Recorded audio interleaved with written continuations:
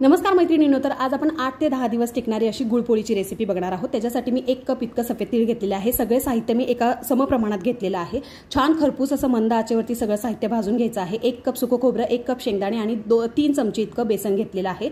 आता हे सगळं साहित्य भाजून झाल्यानंतर थंड झाल्यावर आपल्याला मिक्सरला वाटून घ्यायचं आहे। पहिल्यांदा शेंगदाणे बारीक वाटून घ्यायचे, त्याच्यानंतर आपण सगळं साहित्य आहे ते वाटून घेणार आहोत। आता ह्याचं तुम्हाला जर लाडू करायचे असेल तर तुम्ही लाडू देखील करू शकता। छान ही गुळपोळी ती आहे ती 8 ते 10 दिवस आरामात टिकते। प्रवासाला न्यायची असेल तर प्रवासाला देखील नेऊ शकता।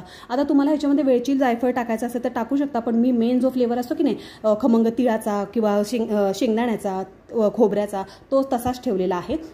बस आता भाजताना फक्त एक दक्षता घ्यायची, जेणेकरून आपण जी पोळी आहे त्याला वास येणार नाही तेलाचा किंवा तुपाचा। तर थोडं तूप किंवा थोडंसं तेल लावा आणि गरमागरम तुम्ही जर लगेचच खाणार असाल तर गरमागरम छान भरपूर असं तूप लावून तुम्ही खायला घेऊ शकता।